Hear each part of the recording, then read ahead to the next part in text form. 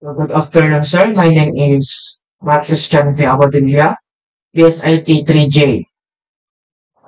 So, ang gagawin po natin dito, sir, is yung about dun po sa discussion po natin kanina. So, sundin ko lang po yung mga tinuro nyo po kanina. So, open po natin yung sum, start batch, and MySQL. Then, pagkatapos po dyan, open po natin yung Visual Studio Code. Then, hanapin po natin dito yung routes. Then, punta po tayo dito sa my web.php. So, about po dun sa lesson po natin, sir, is, ang ginawa po natin dito is, naglagay po tayo dito ng dashboard. Then, dito, kapag makita yung, or i-input natin dito yung welcome to the dashboard. Para pag in-input po natin yung URL po nito mamaya, magpapakita po yung welcome to the dashboard. So, try po natin gawin yun. So, dito, maglagay po tayo ng dashboard. So, dashboard. Then, palitin po natin dito. So, ang gawin ko na lang pong snap. So, welcome to dashboard. So, that's it. Then, tanggalin po natin tong view. Then, try po natin siyang i-run. So, save po natin siya. Dito, ibigay po natin yung PHP artisan serve para mag-get po natin yung URL niya. So, enter. So, ito po yung URL. Copy po natin yan. Punta po tayo dito sa Chrome natin. Then, paste it here. Tanggalin ko din sa kanyang logo. So, try po natin siyang i-enter. So, dito po, magpapakita po dito yung platform. Kasi, hindi po natin na-declare yung dashboard dun po sa may dulo ng URL. So, pag nilagay po natin yung dashboard dito sa may huli ng URL, ang gawin po natin dun is copy ulit natin yung code natin. So, itong URL na to, copy, then paste ulit natin dito. Then, lagyan po natin siya ng slash, then dashboard. Then, click enter. So, ito na po yung page ko ng welcome to the dashboard. Nag-display na po siya dito. So, let's proceed to the next. Yeah. Copy natin to. Paste ulit. Then, palitan po natin to ng hello.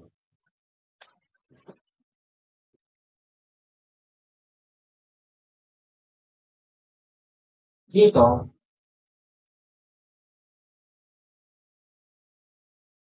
gawin natin ito. So, gawin tayo na H1 open.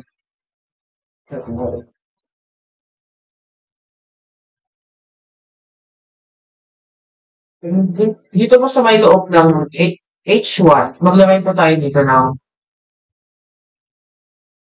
hello world. So, that's it.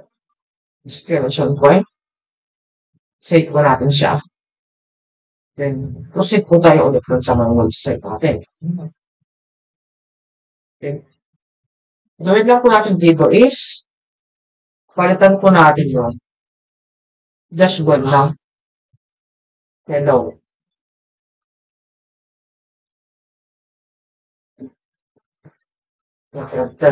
So, ito po yung lalabas. Hello world.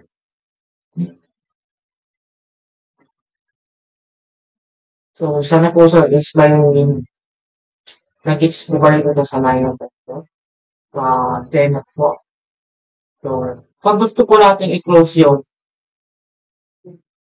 website ayun, i-check lang po natin yung controls. Then, back tayo doon. Para pag ni-refresh po natin itong URL na to, or itong page na to, is mabubura na po siya. Hindi na po siya gagana. So, kaya na po. Tapos na po rin. Yun na po siya. Thank you po. Good afternoon, sir. My name is Christian Fiambelia, base IT3J. So, I'm gonna answer this one question. So, gonna explain this. So, number one, how can you define a simple word in Laravel and what would be a real life example? So, a simple word is just a way to connect a web address to a page or action.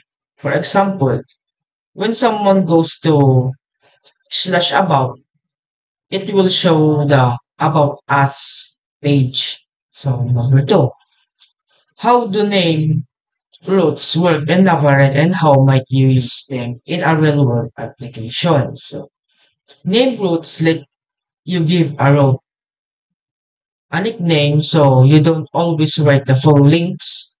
For example, instead of typing slash cart everywhere, you can just call it by its name like cart.fuel.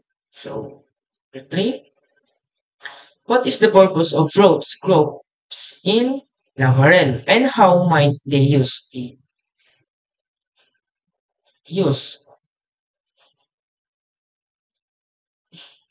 Route groups let you organize and control multiple routes at once. So, for example, all slash admin page can be grouped together and set so only admins can open them.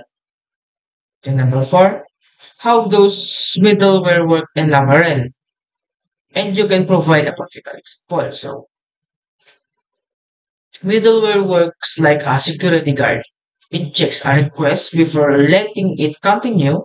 For example, only logged-in users can access their profile page, while others get restricted to the login page. So number five, how can you handle form submissions and CSRF protection in Laravel? So Laravel can handle form submissions. Like when a user log in or registers, to keep it safe, Laravel uses CSRF protection by adding a hidden token in every form. So this token makes sure the request really came from your side and not from hackers. So, yun lang po. Thank you po.